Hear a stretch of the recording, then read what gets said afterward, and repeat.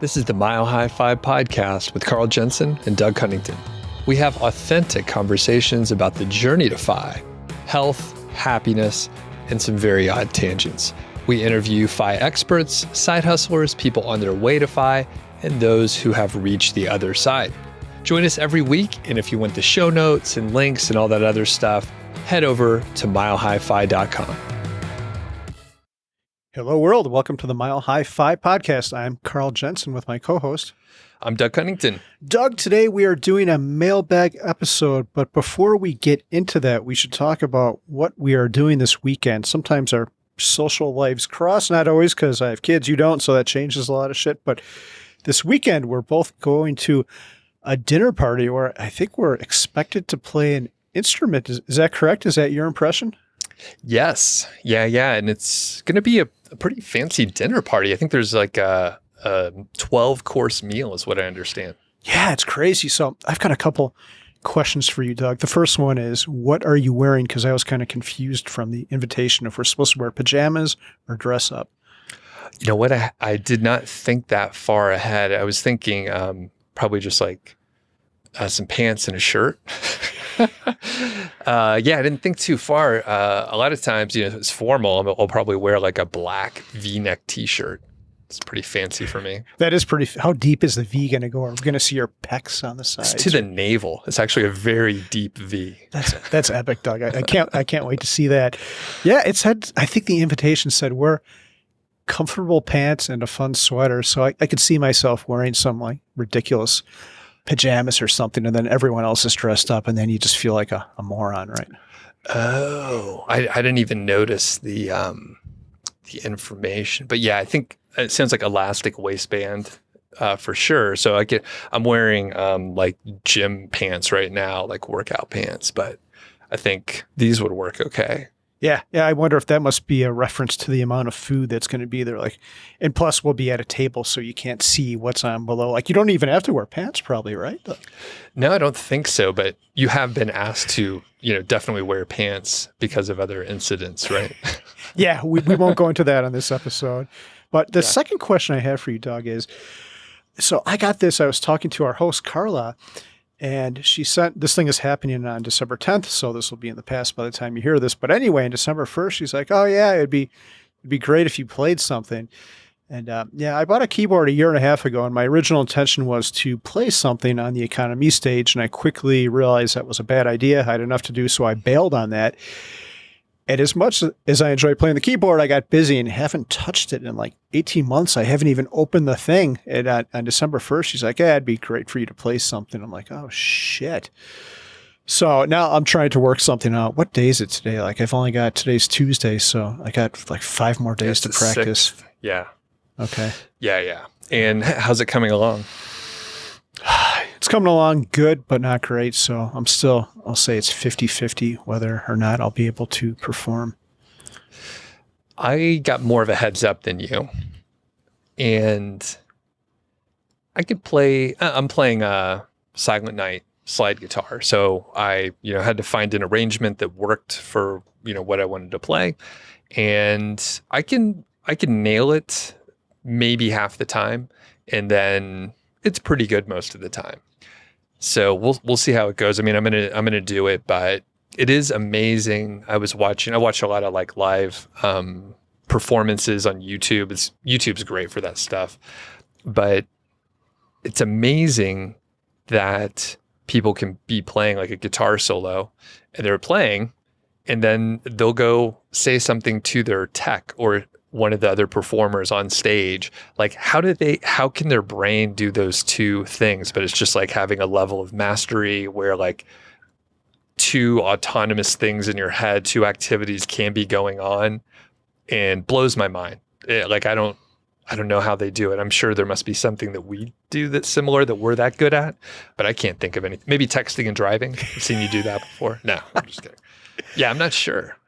You know what I'm saying, though? Yeah, well, I think we can do a lot of things like that. Like, if you try to train a robot to run, that would be very, very, very difficult. But yet we can run or walk and talk to another human and have a conversation without thinking about the walking. And same thing with driving. You can have a conversation where you're still at full attention to your driving. You're not causing any risk to yourself or others, but you can actually have a conversation, which are pretty two sophisticated things to do. So what I think it comes down to is just doing it a whole shit ton of times. Like we've driven, walked for thousands of hours of our life. And if we sat there and did that for an instrument, I'm sure we could achieve that same thing where it becomes something you don't even have to think about. You could just do. Just kind of muscle memory. Yeah.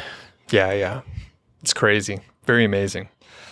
All right. Well, today's a mailbag episode, right? But before we get to the meat, a quick note on the Buy Me a Coffee. So this is amazing. A lot of people have signed up and we appreciate the support. We won't make it a long ad today, but it costs a little money with producers and editors to run the show. So we're trying to stop the bleeding and not lose money even longer. And you can support us with Buy Me a Coffee, which is very simple. It's like Patreon.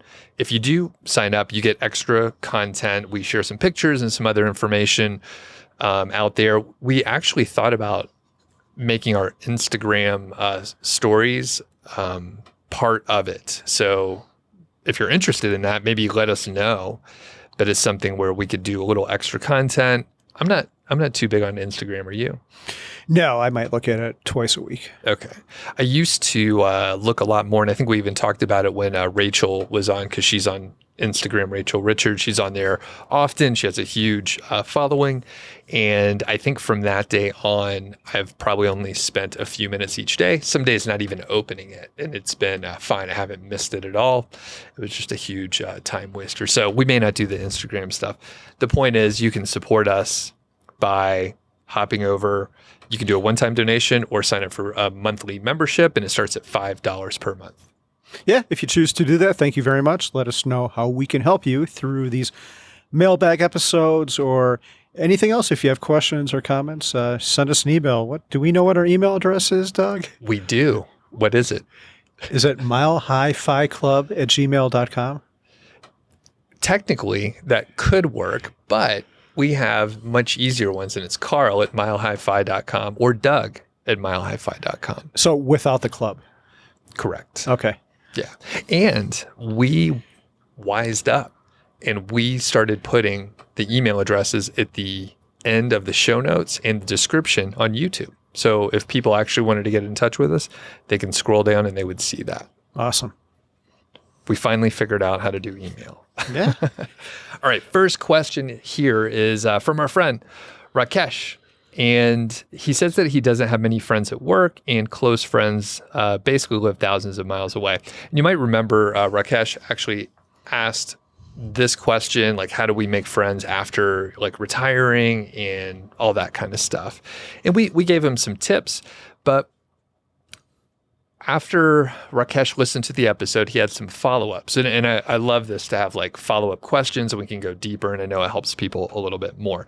So for me, one thing that I realized is you have to spend like long periods of time, sometimes idle time, where you're just kind of putting in the hours, like practicing an instrument. It's kind of weird analogy to draw, but I found like going on hikes with like groups of people. So we've done this in our community here. We'll go out for 5-6 hours. We'll go on a hike. Maybe we ride together, so there's even more time there. We'll go out to eat afterwards. So we end up spending 8 hours together, which kind of simulates like being at work, except you're not doing something that sucks. You're hiking or something better. And it's kind of tough if you have a full-time job to carve out that time. But I know one thing that we said is like, for me, I met people judging beer and brewing beer, and I ended up spending a lot of time with various people by doing that. And my wife, she plays tennis, so she would meet people playing tennis. She's been curling lately, so she meets people in those environments. So something casual, something kind of fun, but you kind of have to put the hours in. And I think while it's tough to do, and it's kind of risky, right? Because you're potentially burning a whole day with someone you might not like, or with multiple people that you might not like. That's like the cost of entry. Like you have to risk the time or else you won't get that payoff, which could be like a deeper friendship. So I think it'll be tough. But if you could figure out how to do that, again, hiking is great because there's like hiking groups, but it could be anything. I mean, there could be cooking clubs or other dinner party clubs, stuff like that, where you really can put in the time. Do you have any filters for people? Is there something like, let's say you meet another human, is there something they would do within the first 5 minutes that would either tell you this person is worth pursuing or the exact opposite? This person might be fine, but I don't think I'm going to try to spend time with them.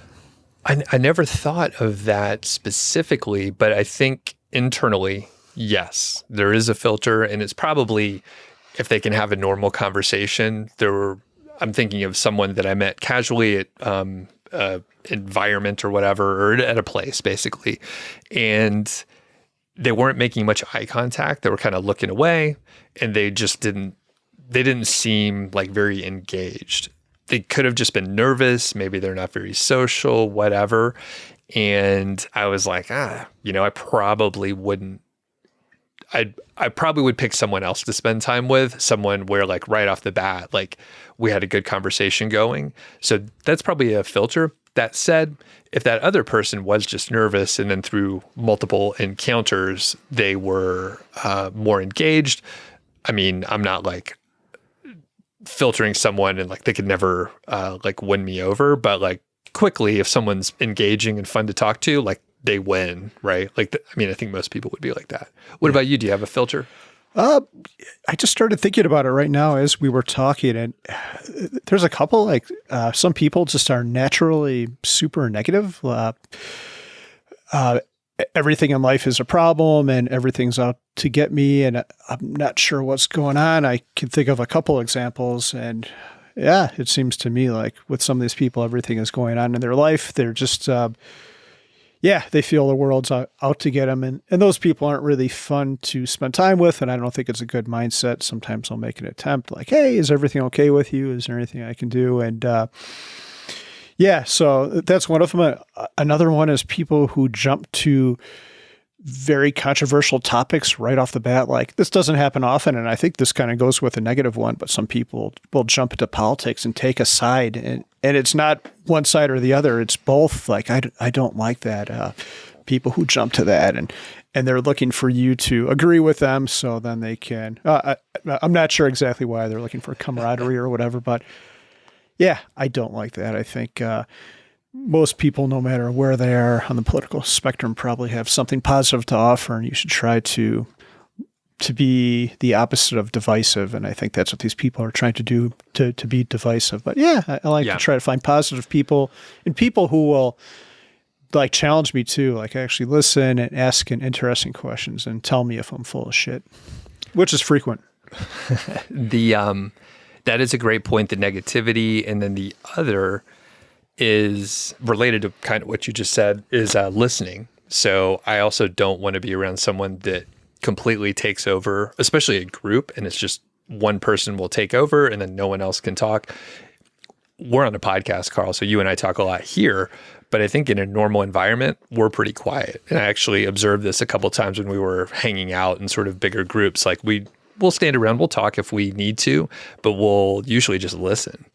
And well, I like you and I like myself. But the thing is, there are people that just like fucking railroad everyone and no one else gets to talk. And funny enough, sometimes those people they'll say, I'm really introverted and I'm shy. And I think it's a defense mechanism in some way where they just keep talking. But I fucking hate it and I don't want to hang out with those people. So that's a big filter. Yeah. Basically, and I'll just remove myself and go somewhere else. Yeah, I don't like that either. Well, one final thing I would say to Rakesh is most people won't take the initiative to do something to maybe start a friendship. And what I mean by that is most people just want to follow or go along with whatever the leader suggests. So if you see something interesting, maybe say, hey, do you want to come over for dinner on Friday or something like that? Or, hey, do you like board games? We're going to have a board game night if you'd like to show up. Because most people won't do that. And if you take a little bit of initiative, I think you could make a great friend that you wouldn't have otherwise. Yep. Great. All right. We have one from deep in the archive. So I think we got this one from January 2022 from, let's see, who is this from? Robert at Stop Ironing Shirts. So Carl, do you want to read this one? I think it fell to the bottom of our inbox, and then I was going through there cleaning things up. Yeah. And recovered it. Yeah, let's do it. Can you answer a question about financial independence? What have you found value in spending money on after you've far exceeded your FI goal? I retired early almost 3 years ago, but still have some income opportunities. And with these market gains, we're now way over our old FI number. Hopefully that's still true, Doug. Anyway, eventually inflation will pressure us.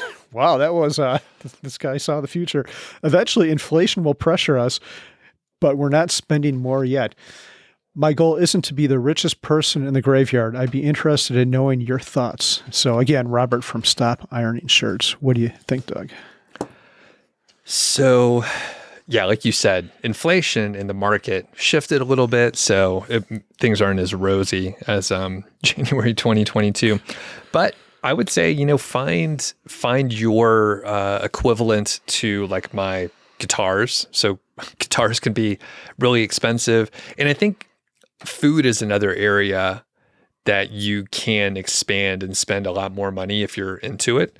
The other would be like travel, and that each of these could be not infinitely expensive, but it could be extremely expensive, and you could find a way to spend some money. Again, not frivolously in a wasteful way, but like what you find value and enjoyment from. Like I would focus on those. And I think you may have to, shift a little bit, shift your mindset. If someone's very frugal and you focused on accumulating for a lot of years, it can be hard to shift gears. And I have a couple other thoughts along those lines, but I think you could probably find something that you really get something out of, and then like go deep into that. Yeah. This is an interesting question, Doug. And I actually think about it all the time because I'm always looking for ways to increase my happiness. So if there is something, I'm so thankful to be in a place where if there is something that I thought would increase my happiness, I would go out and buy it. But there just aren't many things. And the things that there are smaller things. Like you talk about guitars, but your guitars are much cheaper than a new luxury car or even a cheap car. Your guitars are, even your nicest guitar is still way cheaper than even most used cars. So it's not that big of a deal. So for me, I think it's, I've got a couple different categories, but things that make my life easier and more efficient. I want a really good high quality phone, which is next to me. This is a Pixel 7 XL, but the thing was like $500. I could take really good pictures, and it's reliable for listening to podcasts, and it's my personal assistant. Having a really good computer. I just bought a new MacBook Pro, which was like $2,400, which is a lot of money, but my last one lasted me almost 10 years. I expect this one to last me 10 years too, especially since I won't dump a protein shake on it like I did my last one. That doesn't go good with a MacBook Pro. And you said something travel, and I like the travel part too, but I'm going to take a little bit different twist on it. The thing I really like, and the thing that gives me luxury, is I don't spend hours planning to try to save money. I'm still conscious of it and still try to optimize. But I remember we went to New York City like 5 years ago, and we had spent like $300 on a hotel room, which was by far more than we had ever spent on a room. It gave me anxiety, and I looked for a long time to get that deal. Most were probably more than that, like 400 or 500. And now, because of money, I have the luxury of time. I can just, I'll look for like 5 minutes. And when I see it's a good deal, I'll just pull the trigger and commit to not thinking about that anymore. And that applies to a lot of things in life. I'm fortunate that we don't have to compare prices for an ounce of ground beef at the grocery store and things like that. So I really like the luxury that money gives you of not having to overthink your spending. And we're still frugal for most things. We have 2 cars with 200,000 miles on them each. And they're fine. They work well. We shop for insurance, but yeah, it's mainly the little things. I'm trying to see if I have anything else there, but yeah, I think that's about it. One other quick thing is he said he doesn't want to be the richest person in the graveyard, and I think that's good, but you don't want to die with zero either, because that's cutting it a little bit too close to the. You don't want to be worried later in life about running out of money. Right, and I think. Yeah, that's something I think about too, because I think we're really overshooting where we need to be. And I mean, I don't have an issue with it, but my wife is more conservative than I am.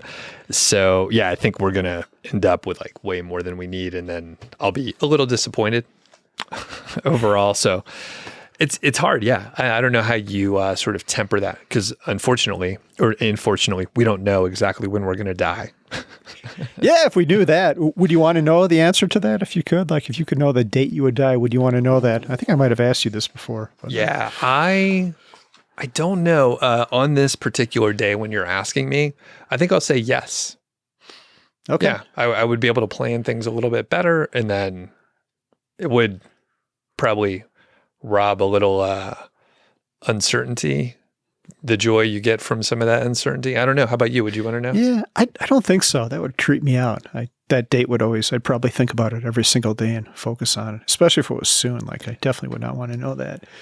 But shouldn't we be doing that anyway? Right? Isn't there a whole, isn't that very stoic to just like think about death every day and then know like it could be your last breath or whatever. Yeah. I definitely think you should do that. Someone sent me an email actually from the blog and said, yeah, it took the death of a coworker to get my ass in gear. And I think there's nothing that can make you appreciate life more than pondering death, right? Like, especially when you know someone. We had a mutual friend who died tragically in his 30s, and you see something like that and you're like, holy shit, like that guy would have given anything to have another day or two. So yeah, it's good to ponder stuff like that, but I still don't want to know the date. You don't want to know the date. Yeah.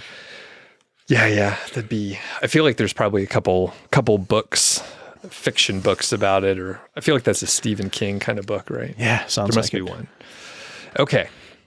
Up next. So this question is from Ashwini from India, and he actually sent over an email, a lot of detail, and it was a little hard to follow, but he gave me all these details in his native currency. There were other, slight differences from the US to India as far as retirement accounts, the returns, the other assumptions that we often make for early retirement in the US. Overall, they're saving about 50% of their income. He's 46. He's married and has an 18-year-old and an 11-year-old. They have 4 apartments, flats, condos. I'm not 100% sure the vocabulary there. I'm not sure if they're income producing. I assume maybe they are, but I'm not sure if they just live there and it happens to be 4 flats. And the plan is they'll sell those 4 flats within the next 5 years or so. And basically, he just doesn't know what to do. I think his job may be winding down. There's not quite as much work for him to do. And he's just like not sure how to approach retirement, early retirement specifically, because the big thing is 50% of their net worth is tied up in the real estate. So they have a good amount of savings, but a lot of it's in real estate and they don't know what the market's going to be like. So we can what I want to do is kind of remove the details of, him being in India, but, Carl, how would you advise someone if they had like half of their net worth in real estate, they're planning on selling, and there's some balls in the air, right? So the 11-year-old might go to college in a few years also. So how can someone go about planning this with uncertain information and just a handful of assumptions? Yeah, this reminds me of a blog post from Mr. Money Mustache called The Shockingly Simple Math Behind Early Retirement. And he talks about specifically what your saving rate is and how that correlates to when you can retire. So he goes into the specifics. If you save 20%, if you save 80%, here's exactly how many years it's going to take you to retire. So the situation is a little bit difficult to assess now, but if this person is going to sell the real estate, then they probably have a ballpark idea of how much money they're going to have from that. And Pete's article is based on the 4% rule. So I'm pretty sure even if you're in India, you would have access to some kind of index fund. And then he could just go from there. As far as college and the unknowns, I like to go to the worst case scenario, like think of the maximum amount of money he could possibly spend, and then set that as your baseline. So Yeah, it's simple and complex all at the same time. Additional thoughts, Doug? I think that's it. I mean, as you go through a project or a projection or whatever, as time goes on, you get more information and then you can tighten up your range. So, like you said, you can go with the worst case scenario. It's a spreadsheet. So, copy the tab and add some ranges in there so you can see best case and worst case. And if you're really smart, what is that, a Monte Carlo simulation, right? You can kind of see the ranges and put it all together. The details of 4% rule, I think Ashwini did mention their stock market is usually the gains are a little bit more. So I think it's like a 5% rule that he was applying. But I think those kind of assumptions can be valid as far as, setting your ranges so you kind of know where you're aiming. And like you said, as you sell some of the property, you'll know how close you are to your assumptions, and then it tightens up. So as you get to, age 50, you'll know way more than you do right now, and you'll potentially have those properties sold, and then you know exactly what you need to be aiming towards. And Ashwini mentioned potentially working part-time for a little while. Maybe his wife keeps working, but like we talk about, you can kind of coast-fi your way into it, since maybe you're making 20% of what you used to make, but it's enough to offset your savings, and maybe you can control your spending a little bit. So yeah, keep doing what you're doing, I think. Yeah, we beat this drum all the time, but another thing is just to be flexible. If you want to send your kids to school, that's great. But as a backup plan, in the extreme case that everything really went to hell and you had no money and they're going to college, they could get loans and pay for college themselves. That's what I had to do. It's not going to kill them, and it might not be the best case scenario, but it's also the worst case scenario for your finances if you've already accounted for that in your money. Yep. Yeah. Be flexible. So excellent. Anything else on your mind, Carl? Yeah, I think that's pretty much it. Awesome.